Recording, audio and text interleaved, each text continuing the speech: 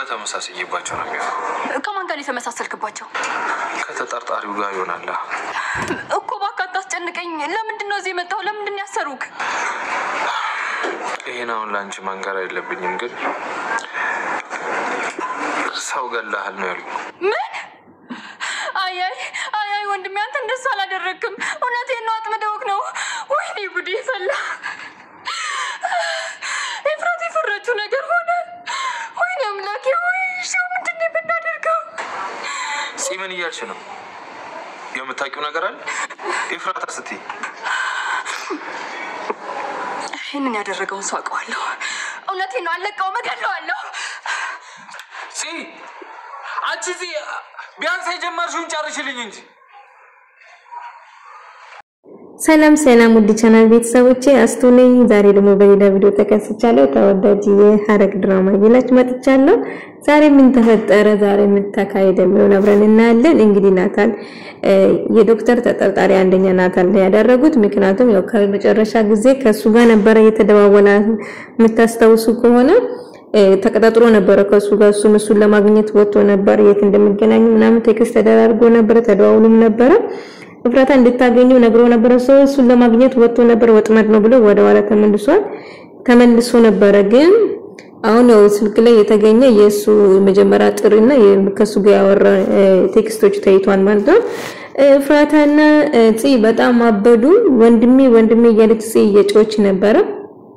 ከዛ እውነቱን አላት። ምክንያቱም ወጥመድ ነው ወንድሜ፣ ወጥመድ ውስጥ አስገቡክ ምናምን እያለች እየጮች ነበር። ምን ተፈጥሮ ነው ምናምን እንደዚህ በወንጀል በሰው ግድያ ነው ተጠረጠርኩ ምናምን ብሎ ስነግራት በቃ ለቀሰች። እኔን ያደረገው ሰው አውቃለሁ ብላ እየጮች ሮጣ ወጣች። ጽ ሁሉ ነገር ጨረሽልኝ እንጂ ምንድነው የምትሮጭ ምናምን ብሎ እየጠራት ነበር። ግን ሰቀታ ሜዲካ የምትለው ኤፍራታ ጋር ማለት ነው። ኤፍራታ በጣም ደንግጣለች። እናቴ እንደታሰረ አላወቀችም ገና ማለት ነው። እንግዲህ ጽጌን በጣም ተፈሳጭታለች፣ በጣም ተናዳለች። ወንድም ይሄንን ያደረገው አውቀዋለሁ እገለዋለሁ ያለች እየጮች ሮጣ ወጣች። እሱ እየጠራት ነበር ወንድሟ ማለት ነው። ነገር ግን እገለዋለሁ ብላ እያለች ሮጣ ወጣች። ከዛ ወዴት ነው የምትሄደው? ወደ አፌት ቤት ነው የምትሄደው። ግን አፌት ሳይሆን የምታገኘው አቤልን ነው ማለት ነው። ያፌት እንግዲህ ቤት የለውም። እሱ ሌላ ወንጀል የሰራውን ለማጽዳት ሄዷል ማለት ነው። የገደለውን ሰው አስክሬን ለማደበቅ ወይም ደግሞ ለማሸሸት እንትን ብሎ ይዘው ሄዷል። እዛ ነው ያለ ቤት ውስጥ ያለ ኤፍራታ ነው አቤል ነው ማለት ነው። ስለዚህ በረስን ኮኮ አቤል ደግሞ ሄዶ ይከፍታል። ኤፍራታ ፖሊስ ነበር የመሰለ በሩን ያንኳኳ። ፖሊስ እያለች ደንግጣ ነበር፣ ግን ፖሊስ አልነበረም። ጽ ነበረች በሩን ያንኳኳችሁ። ከዛ በኋላ ጽ በንዴት በጩቤ ሆዱን ወጋችሁ አቤል ማለት ነው። ከዛ ኤፍራታ በጣም ደነገጠች፣ በጣም ጮኸች። ምን ተፈጠረ እያለች ሩሩ እያለች ነበርና እንግዲህ ጽ የወንድሟን ጠላቶች ለመበቀል ወይም ደግሞ በንዴት ነው ሄዳ አቤልን የወጋችው። ነገር ግን ዶክተሩ ነው የገደለው ያፌት ነው ማለት ነው። አቤል ሳይሆን ያፌት ነው የገደለው። ግን እሷ የፊት ለፊት ያገኘችው መጉዳት ነው የፈለገችው። እንግዲህ አደረጋለች ማለት ነው። እጅግ በጣም ተናዳ እንትን ብላለች፣ ደንግጣለች። ያደረገችው ያው ተናደን የምናደርገው ነገር በኋላ ነው የምጸጽተን። ብዙ ጊዜ በጣም ደንግጣለች። እንግዲህ በቁጥጥር ስር የምትውል ይመስለኛል። እሷም ምክንያቱም ወንጀል ነው፣ የማንንም ሰው ማንንም የመጉዳት መብት የለውም። ስለዚህ ወንጀል ነው፣ በቁጥጥር ስር ትውላለች። ከዛ ወንድሟ እንግዲህ ያብዳል። እናቴ እህቴ እያለ ይጽዋን ቤዛ እያረጋገችው ነበር። ምን ተፈጠረ እንዴት ነው ምናምን ብላ እየጠየቀችው ነበር። መጀመሪያ ቤዛን ነበር ያገኛት። ከዛ በኋላ ጽ ነበር ከቤዛ ጋር ቤዛ በጣም እየለቀሰች እናቴ ምን ተፈጥሮ ነው እያለች ያዙን ልቀቁ እያለች ነበርና እንግዲህ እንደዚህ ተፈጥሮ ነው ወንጀል ምናምን ብሎ ነገራት። ነገር ግን ማንም ሰው እንትን አላለም።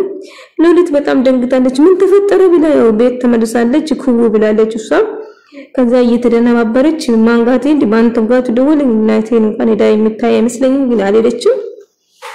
ግን በጣም ደንግጣለች ማለት ነው።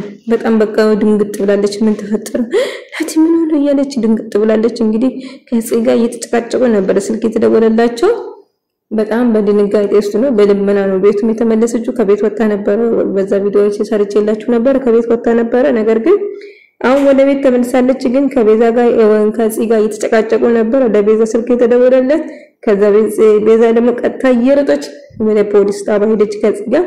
ከዛ በየተራ ጠየቁ ማለት ነው። ግን ቤዛ በጣም እየነቀሰችና እየተከፋች ነበር። ከዛ ጽጌ ደግሞ ቀጥላ ገባችና አናገረችው ናቲን። ከዛ በኋላ እንግዲህ ከዛ ምን ተፈጥሮ ነው ምናምን ብላ አጣራች ወንድሟ እንደዚህ አላት ከዛ በኋላ በቃ እገላለሁ ያለች እፍራታ ያለችው እውነት ነው ያለችው ነበር ከዛ በኋላ ምን ማለት ነው እፍራታ ምናምን ብሎ እየጠየቃት ነበር ናቲ ማለት ነው ነገር ግን ለሱ ሰጣብራራ በፊት እየሮጠች እገላለሁ ያለች ሄደች ማለት ነው ያው እንደሄደች ደግሞ እንግዲህ አቤልን ወጋችሁ አቤል መሬት ላይ ተዘርግቶ እያቃሰተ ነበር ሲም ወይን ደግሞ እፍራታ እጅግ በጣም ደነገጡ በቃ ሁሉም ኮው ብሏል ገንየም ደንግጣለች የሚይዙ የሚጨብጡ አጡ ማለት ነው መሬት ላይ ተዘርሯል አቤል ማለት ነው በጣም በድንጋጤ ውስጥ ተጨናንቋል በቃ ምን እንደምትናገር ጠፍቶበታል እፍራታ ማለት ነው ተጨንቃለች እንግዲህ አቤል ላይ መሬት ላይ ተኝቷል ማለት ነው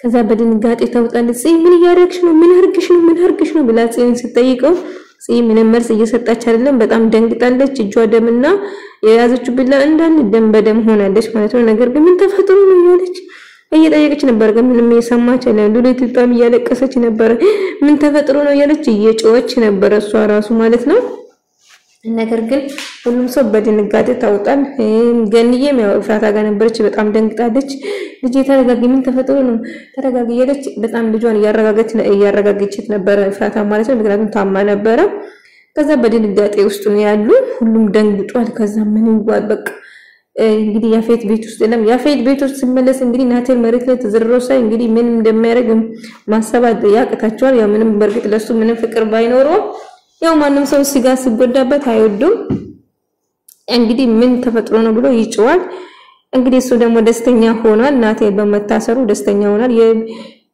ደስተኛ ሆኗል ናቴል ስለተረ ይገርማል ወጠመድ ውስጥ ገባ እኔ ሳላስብለት ይያለ ነበር ነገር ግን ያው በራሱ ፍላጎት ወጥመድ ውስጥ ገባ እሱ ወጥመድ አልገባም ግን ያው እንተዳውሎ ነበር ተገናኛ ምንም ወንጀል እየሰራ የለም ናቴል ግን በቅርቡ ይወጣል በተስፋ አረጋለሁ ግን ደግሞ እንዴት አድርጎ ነው የሚወጣው እንዴት እንደሚወጣ ባናቅም ነገር ግን ያው መውጣቱ አይቀርም እውነቱ በርግጥ አንድ ቀን ይወጣል ያፌት እንደገደለ ያው የማቀው አንድ ሰው ብቻ ነው እሷም እፍራታ ብቻ ነች ማለት ነው የምታውቀው እፍራታ እርግጠኛ ነኝ አሳልፋ ነው የምትሰጠው አሳልፋው ትሰጣለች ለፖሊስ ግን መረጃ ከሌላት ደግሞ አይቀበሉም ማለት ነው መረጃ ያስፈልጋል አንድ ሰው ለመጠቆም ወይ ወንጀለኛ ነው ማለት የምንችለው መረጃ ሲኖረን ብቻ ነው ስለዚህ አሁን ሄዳ ለፖሊስ እሱ ያፌት ነው የገደለው ብላ በተጠቀም መረጃ ይላታል መረጃ ደግሞ ከየት ታመጣለች መረጃ የላትም እሱ ያወራው ወይ ሪኮርደር ከሆነ ድምጹን በዛ ልታረጋግጥ ትችላለች እንጂ